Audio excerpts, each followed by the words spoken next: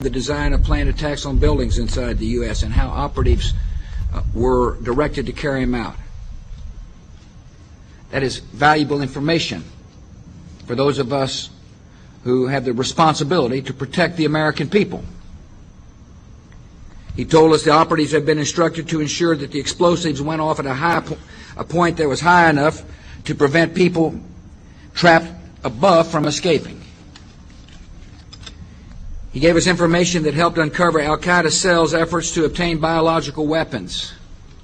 This is Building 7, a 47-story skyscraper that fell on the afternoon of September 11th. The government says that fire brought it down. However, 1,500 architects and engineers concluded it was a controlled demolition. Over 6,000 of my fellow service members have given their lives. And thousands of my fellow first responders are dying. I'm not a conspiracy theorist. I'm a structural engineer. I'm a New York City correction officer. I'm an Air Force pilot. I'm a father who lost his son. We're Americans, and we deserve... I lost my husband. My son. My uncle. My nephew. September 11th, 2001.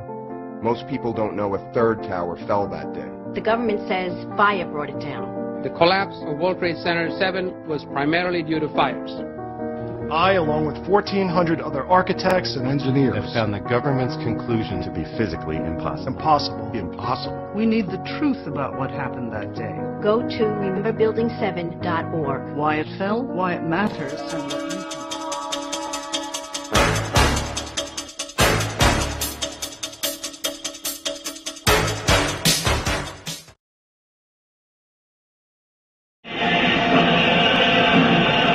More than 60,000 armed Christians were on their way to reclaim Jerusalem from the infidel. Between 1095 and 1291 AD, the Pope launched 7 bloodbaths called the Christian Crusades, torturing, burning, beheading, and mass murdering hundreds of thousands of Muslims and Jews in the name of God. The Pope's brutal soldiers were called Knights Templar, or Knights of the Temple of Solomon, and evolved into today's secretive brotherhood called the Freemasons. Between 1450 and 1700 AD, the Catholic Church followed up their holy terror with the Inquisition.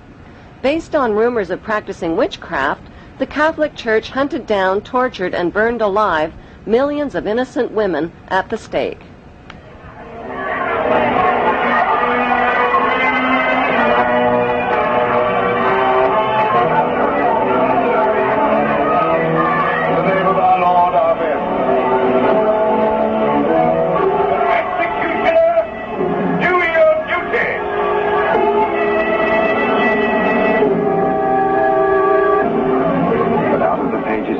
Is to emerge the one truth.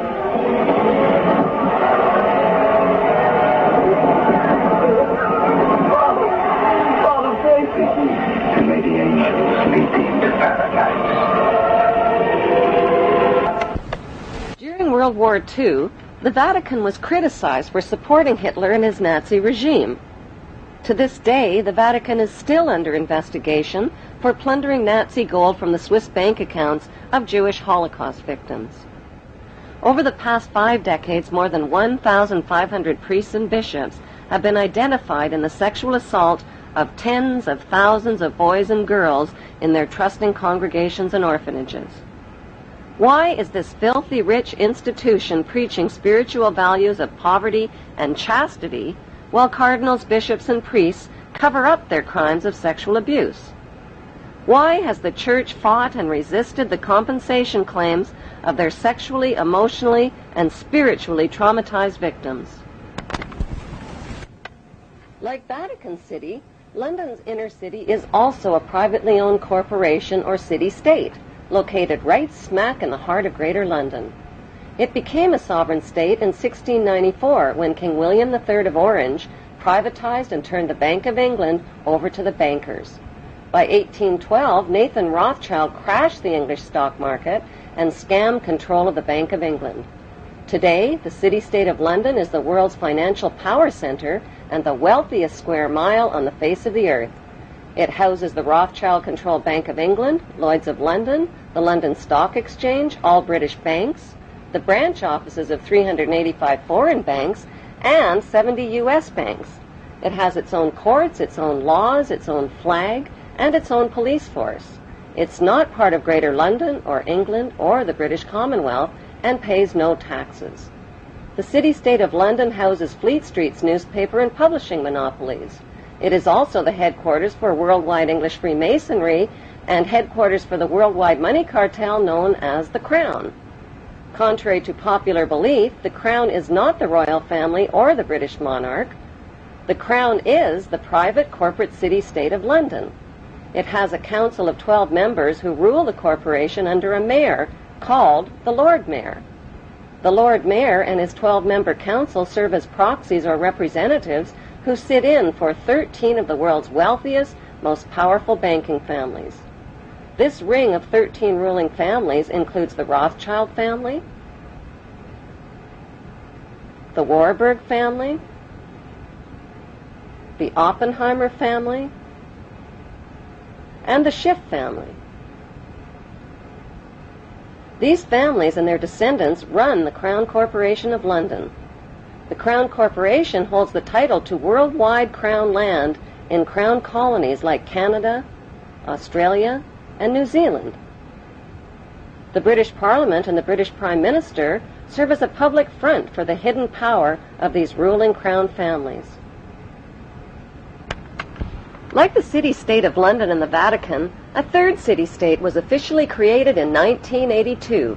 That city-state is called the District of Columbia and is located on 10 square miles of land in the heart of Washington. The District of Columbia flies its own flag and has its own independent constitution. Although geographically separate, the city-states of London, the Vatican, and the District of Columbia are one interlocking empire called Empire of the City. The flag of Washington's District of Columbia has 3 red stars, one for each city-state in the 3-city empire.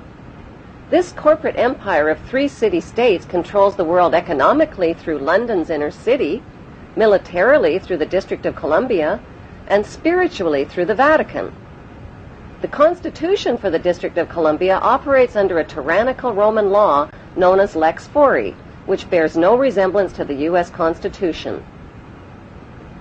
When Congress passed the Act of 1871, it created a separate corporate government for the District of Columbia. This treasonous act allowed the District of Columbia to operate as a corporation outside the original Constitution of the United States and outside of the best interests of American citizens.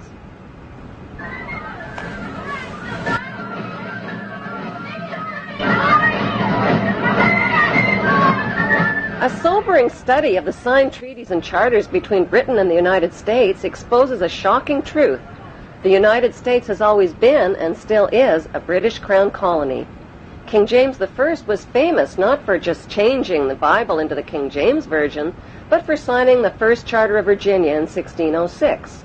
That charter granted America's British forefathers a license to settle and colonize America. The charter also guaranteed that future kings and queens of England would have sovereign authority over all the citizens and colonized land in America stolen from the Indians. After America declared its independence from Great Britain, the Treaty of 1783 was signed. That treaty specifically identifies the King of England as the Prince of the United States and contradicts the belief that America won the War of Independence. Although King George III of England gave up most of his claims over his American colonies, he kept his right to continue receiving payment for his business venture of colonizing America. If America had really won the War of Independence, they would never have agreed to pay debts and reparations to the King of England. When Congress passed the 13th Amendment to the Constitution, the U.S. President was made subservient to the King of England. The 13th Amendment is called the Title of Nobility Amendment and forbids U.S. presidents and their officials from using royal titles like king or prince or baron. For some mysterious reason, the 13th Amendment, which was ratified in 1810, no longer appears on current copies of the Constitution. America's blood-soaked War of Independence against the British bankrupted America and turned its citizens into permanent debt slaves of the king. In the War of 1812, the British torched and burned to the ground the White House and all U.S. government buildings and destroyed ratification records of the U.S. Constitution. 1 century later, a corrupt U.S. Congress committed the biggest theft in world history. They passed Paul Warburg's Federal Reserve Act in 1913, handing over America's gold and silver reserves and total control of America's economy to the Rothschild banksters. Most Americans still believe that the Fed, or Federal Reserve, is the government. It is not. The Fed is a privately owned banking system whose majority Class A shareholders are the Rothschilds, Warburgs, Kuhn and Loeb, J.P. Morgan, Rockefeller, Israel Seif, and the Lehman Brothers. This private banking cartel is the Fed and is never audited and never pays taxes. They print and design America's money, which displays their symbols of an Egyptian pyramid, a Masonic all-seeing eye, and the words, "In God we trust." Who exactly is the God they trust? They also collect American taxpayers' money through the IRS. Then they loan it back again with interest to pay for roads, bridges, and other public works.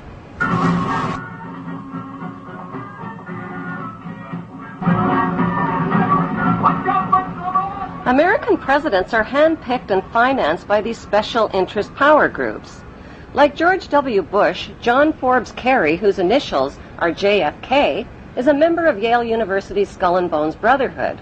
The Forbes part of John Kerry's name identifies his descendancy from Captain Robert Bennett Forbes, who was a drug runner for the Rothschilds' opium drug trade with China in the 1800s. Most U.S. citizens believe that the United States is a country and that the President is the most powerful man on earth. The United States is not a country. It is a corporation, and the President is President of the Corporation of the United States. He and his elected officials work for the corporation, not for the American people. Since the United States is a corporation, who owns the corporation of the United States? Like Canada and Australia, whose leaders are prime ministers of the Queen and whose land is called Crown Land, the United States is just another crown colony. Crown colonies are controlled by the empire of 3 city-states. At the center of each city-state is a towering, phallic-shaped stone monument called an obelisk that points skyward. In D.C. city-state, the obelisk, known as the Washington Monument, was dedicated to Freemason George Washington by the Freemason Grand Lodge of the District of Columbia.